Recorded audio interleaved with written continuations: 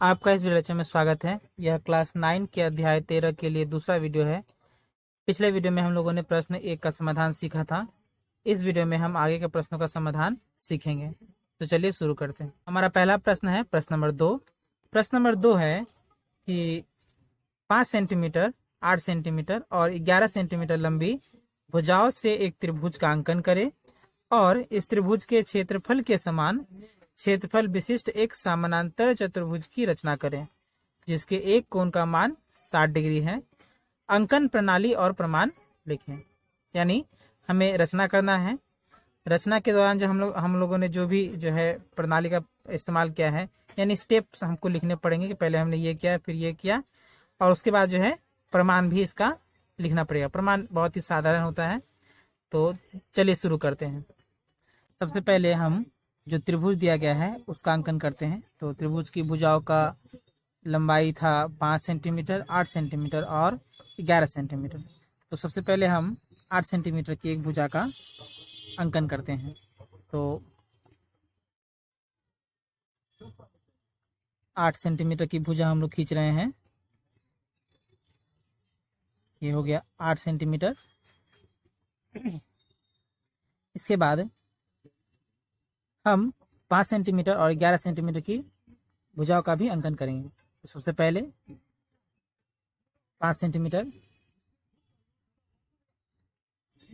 का की रेखा जो है इधर बगल में खींच लेंगे और फिर 11 सेंटीमीटर की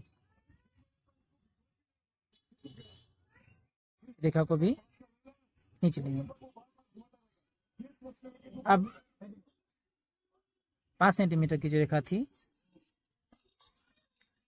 उसको हम चाप पे मिला लेंगे इस प्रकार से और यहाँ रख के काट देंगे। फिर 11 सेंटीमीटर की रेखा को नापेंगे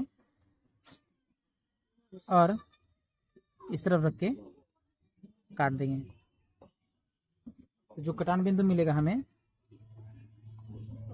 उसे हम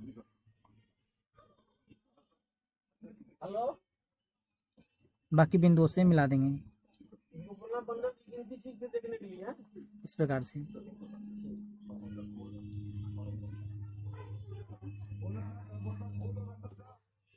तो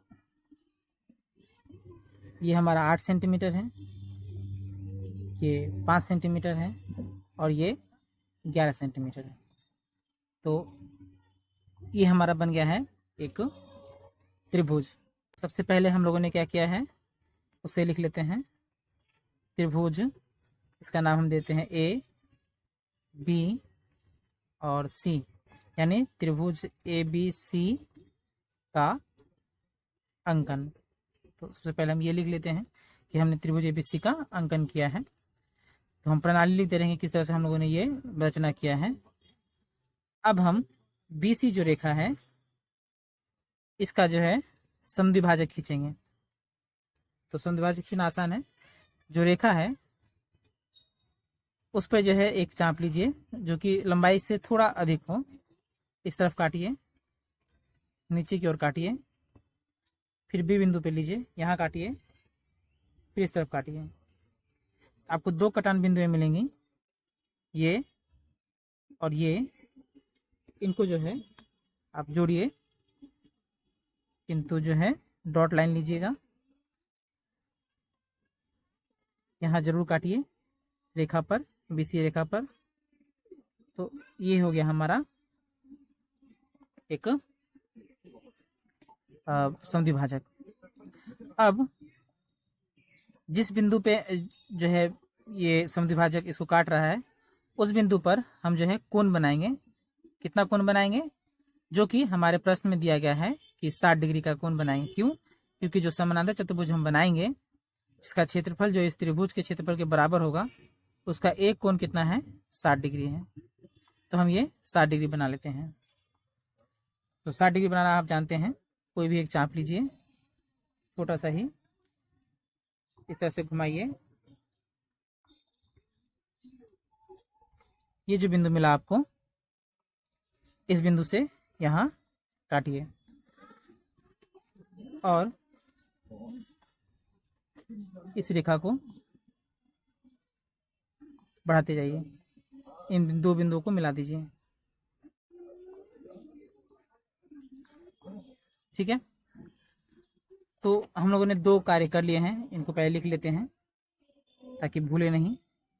तो सबसे पहले हम लोग क्या किया, त्रिभुज एबीसी बनाने के बाद हम लोगों ने क्या किया, बीसी का समद्विभाजक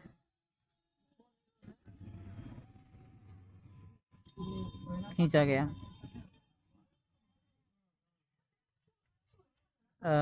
इसे हम डी देते हैं। फिर तीसरा हम क्या किए हैं, डी बिंदु पर 60 डिग्री का कोण बनाया गया। ठीक है, अब अगला जो है, हमें बीसी जो रेखा है इसके समानांतर ए बिंदु से गुजरता हुआ एक समानांतर रेखा खींचना है। ये सबसे जरूरी चीज है। तो इसके लिए कुछ नहीं करना है, बस ये जो सी कोण है इसी के बराबर हमें ए बिंदु पे खींच देना है। तो इस तरह से लीजिए आप पहले, फिर जाके ए बिंदु पे बैठाइए, ए बिंदु पे बैठाइए और इसे खींचिए इस प्रकार से। फिर इसे नाप लीजिए, इस कोण को इस प्रकार से इसे रख के इस तरह से नाप लीजिए, बराबर है। और यहाँ रख के इस बिंदु पे रख के इस प्रकार से काट दीजिए। ये आपको बहुत ध्यान से करना है ताकि रेखा समानांतर आए। अब ए बिंदु से इसे मिला दीजिए।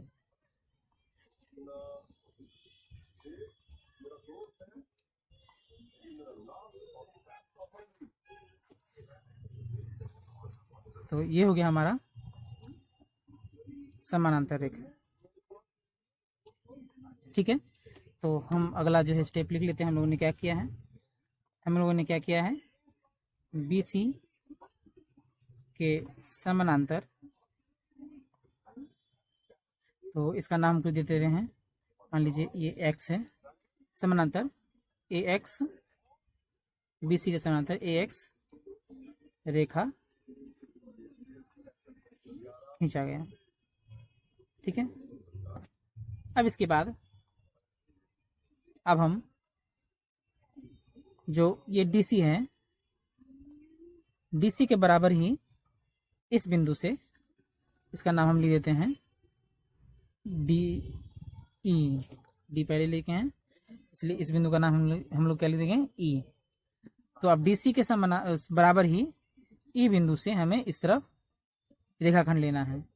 इसके लिए बहुत आसान है, इस प्रकार से पहले DC को नाप लीजिए आप, या CD को नाप लीजिए।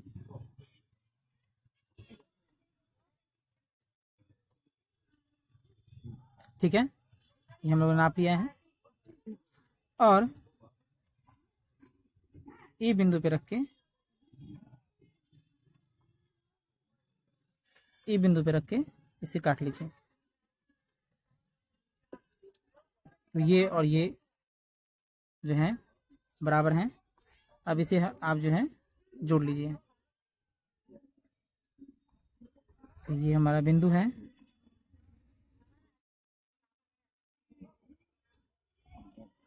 इसे जोड़ दीजिए। इसका नाम आप F लिख लीजिए, F। तो अगला स्टेप हम लिख लेते हैं। हम लोगों ने क्या किया है, हम लोगों ने CD के बराबर AX पर EF काटा। ठीक है, तो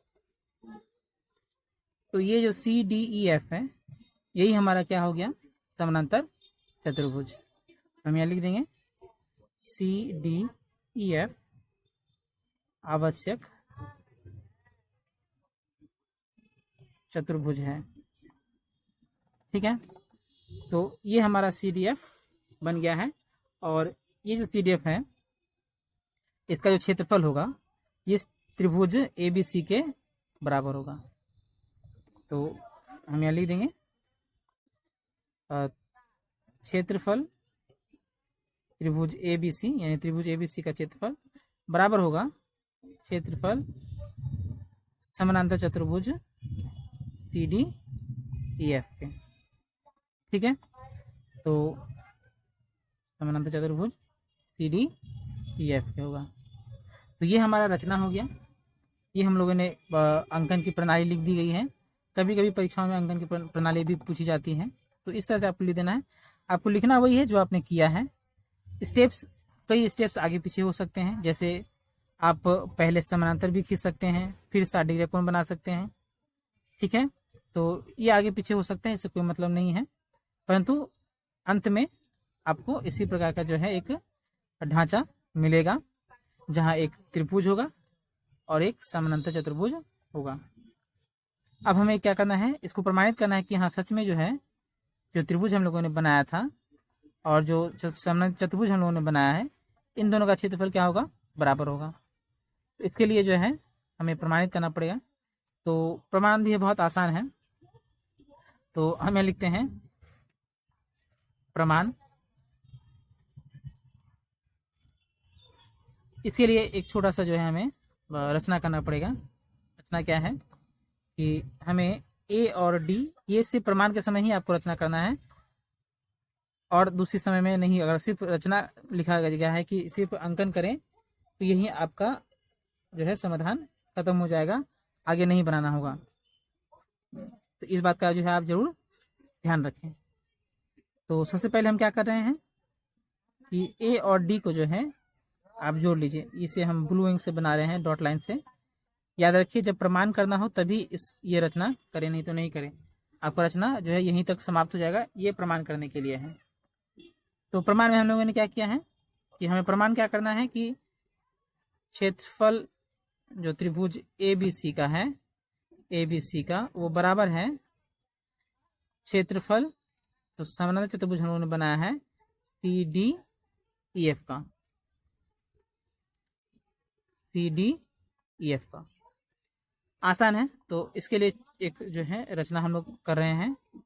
रचना क्या है हम लोगों ने कि A तथा D को जोड़ा। ठीक है, तो प्रमाण इस प्रकार से है कि त्रिभुज ADC, आपको दिख रहा होगा जो त्रिभुज ADC है तथा समानांतर चतुर्भुज CDEF, ADC और CDEF। तो त्रिभुज ADC तथा समानांतर चतुर्भुज CDEF एक ही आधार क्या है, CD तथा एक ही समानांतर